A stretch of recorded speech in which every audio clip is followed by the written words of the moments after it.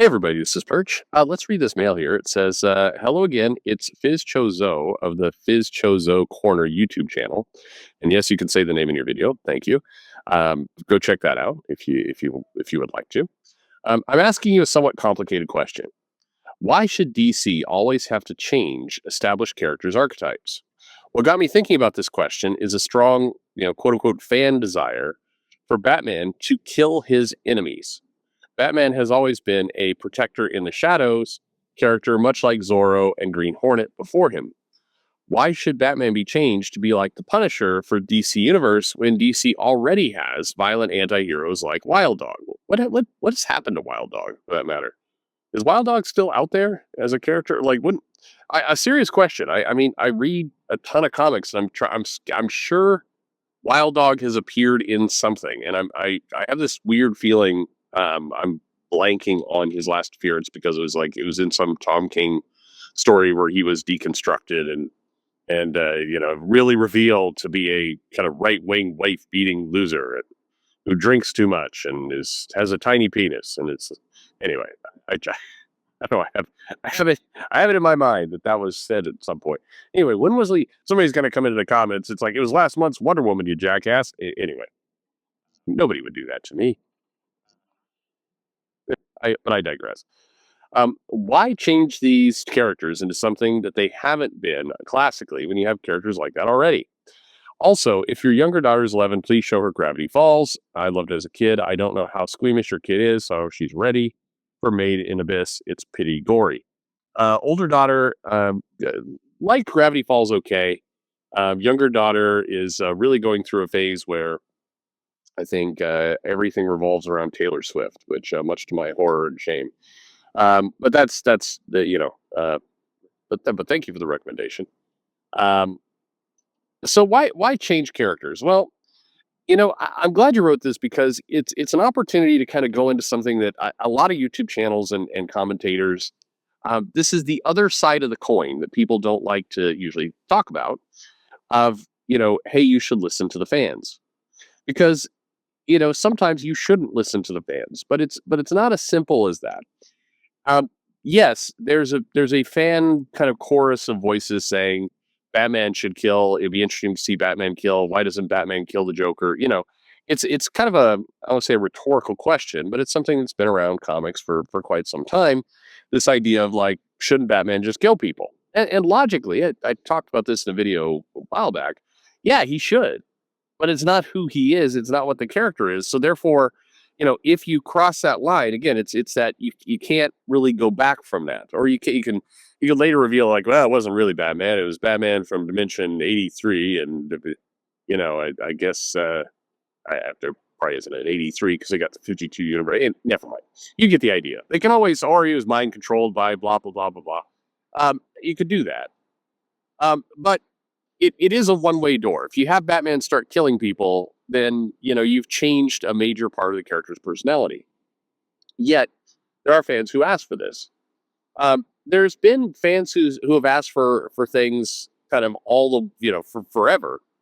Believe it or not, in the '60s, one of the biggest things that Marvel fans were asking for is a wanted Namor to fuck Sue. Or, sorry, it was the '60s, so everybody's a lot more gentle, but they did want to see Sue run off with Namor. There's a decent amount of people who wanted that and were asking for that. Now, if you're listening to this now and you're thinking about the Fantastic Four, having Sue kind of cheat on Reed or basically dump Reed and go off with Namor in the main universe, they've certainly explored that plenty. They've explored that plenty in alternate universes and other things, but in the mainline DC universe, Marvel universe, sorry, whenever the headphones do a transition like this, always like I get confused for a bit of time. Yes, I'm gonna just put the wired headphone in. It's a good idea. I mean Bluetooth. Fuck. Anyway, a lot of fans wanted that. Now, if you're a Fantastic Four fan, that sounds terrible. I mean, part of the kind of the nature of Sue and Reed is that they are committed to each other. It's why and it allows you to build to good moments, like Sue kind of walking out on Reed during Civil War, and that was a big deal at the time. So it it's not a good idea to make that change. In fact, it's an absolutely terrible idea to make that change. You need to be able to have the characters be who they are. But you do hear fans ask for that, and through the years, you've had fans asking for stories to rush. It's like, let's get Gambit together with Rogue very early. Why doesn't Kitty just porks Colossus already? Just a lot of things that ultimately did come to pass in the comics, but when people were asking for it, it was way too early. So as a comic company, I think you do need to balance between kind of what is something that is actually bad for the story or sends you down a wrong track. Fans may be asking for that, and but that kind of fan service would be destructive versus other thing fans are asking for, like, hey, Peter should get back with Mary Jane, where, that's probably a good idea. You may say at this point in the video, hey, you're being kind of arbitrary, you're picking and choosing what you like and don't like. But I don't think it's as arbitrary as people think. I think that, fans and especially comic book fans will speculate on lots of things. It's why ultimately you got Elseworlds and What If and stories like that, where you could explore some of these ideas without it completely messing up your universe. Something like Batman Kills is an example of that. If you have him kill people, then you are changing the character. You're changing kind of a core tenet of that character. And so, exploring that is perfectly fine in an alternate universe, but a very bad idea for your main character. Having Sue run off with Namor and basically dump or cheat on Reed is another example of, it would break kind of the core relationship and the family for whatever it's worth. And lots of writers come into the picture and they're like, hey, why don't we do this thing where everybody gets divorced and Johnny turns gay and like, let's just, why not? We'll really shake things up. But, those writers should never get the job, and they need to be laughed out of the office when it happens.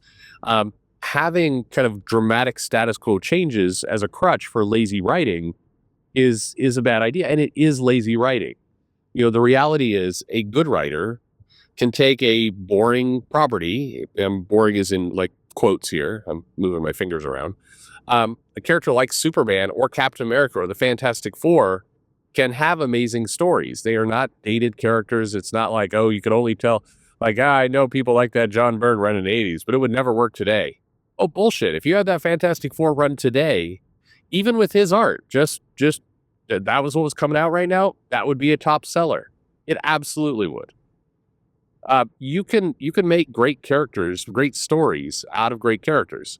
If you don't, if your idea of a story is they'll never see this coming, then, you need to be very careful with that. Twists can be, rich and interesting. I think the twist in Unbreakable, for example, that movie, people give M. Night Shyamalan a lot of shit, but the twist in Unbreakable was a really good one. It was logical. It flowed. It didn't come out of nowhere. It didn't break the character. You didn't know enough about Samuel Jackson to know what that twist was going to be. It enhanced Bruce Willis's character. All, on every front, that twist worked. The twist, a twist where the character is kind of forever changed and it's destructive, that tends to be just done for shock value. And so today, if the idea was, let's give Batman a gun, it would be giving the fans what they want, not all of them, but, a loud portion of them, but it would ruin the character.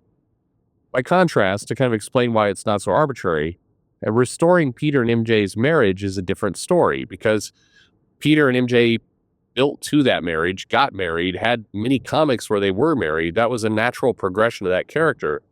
I think you could argue that the twist of let's erase his marriage and just have him kind of, adrift and be stuck, without any change as this kind of hapless single loser, that is, that was the destructive change. That was the fans will never see this coming, and it was bad. Giving the fans what they want, if the fans are like, hey, what we really, it's tough. Look, you've heard all the arguments, and many of you will probably use them, and you've heard this, like, you can't just write stories for the fans. Well, the truth behind that is, because there is some truth behind it, is some of the ideas the fans have are dumb, and they are ideas that are, based on kind of half-baked fan service and not kind of a caring of where the character goes. But I would argue that several of these kind of, surprise changes, including, let's make Tim Drake gay, for example. They're the equivalent of a fan asking for something that, without any thought of where the character was going to go from here or how, we were going to deal with the character. They're long past all the history that had been done there. So anyway, sorry, got kind of convoluted there. The other part to your question, like if DC is going to make a Batman who kills, why don't they just put the effort into characters that already do that? That they to your point, they already have a Punisher character. Well, I mean, the very simple answer to that is Wild Dog is not as popular in sales as Batman, and so you don't see a lot of writers out there clamoring to do Wild Dog. I wish there were.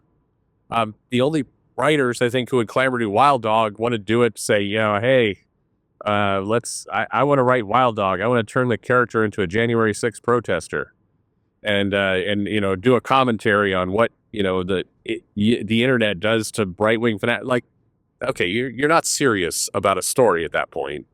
You're just wanting to kind of lazily, in my mind, borrow from current events and shove it into comics, and in order to make yourself look clever.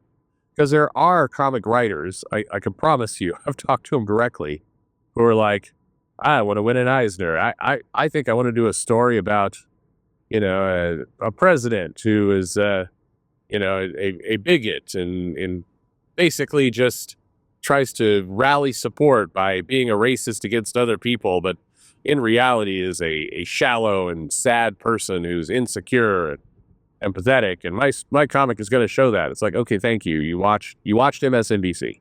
That's awesome. That doesn't need to be a comic. We don't need the comic MSNBC. A lot of this stuff goes in that direction, but unfortunately, Batman sells, and so people want to be on the comic that sells, and so the conversation becomes, how can I work on the comic that sells, but I don't really know anything about the character. I don't know how to write it. I don't know what to do with it.